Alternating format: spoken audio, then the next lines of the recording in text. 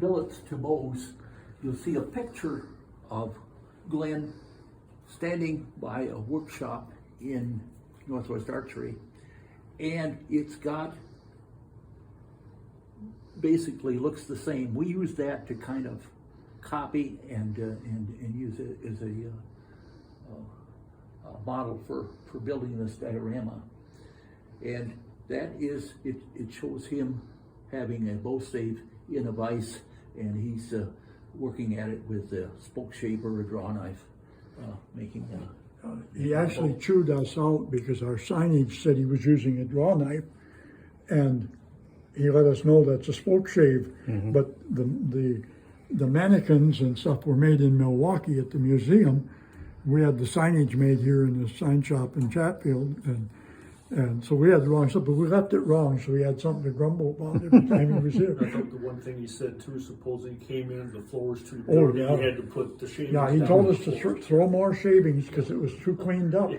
He said, I never cleaned up my shop once in my life. What about the jacket? The jacket is from a moose hide in British Columbia.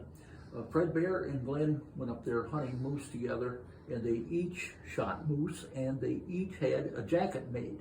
And they had it made by an Indian tribe, and a brain tan, and it really stunk, so Fred ended up throwing his jacket away. And of course, Glenn brought his back, and over time, it lost the smell, you know, and kind of fired it down. He did come back a year or two. He was on his way to the shoot in Michigan. Him and Jay came back, and he brought his cowboy hat for us to hang in here along with this new wood clock that he hung up here.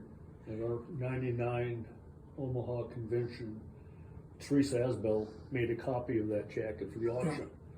And we're sitting there almost the night before opening things up, and we're going, what's on fire? I mean, you could smell smoke. Yeah, it smelled so good. That jacket was so smoked. We finally realized that's where it was emanating. Well, these jackets were brain tanned, but that was just a softening device. It was urine tanned and smoked. Yeah, the smoking is what. Well, smoke, waterproofs. smell, and the urine, the ammonia in the urine killed the hide. Yeah, that's what helps get waterproofing on them.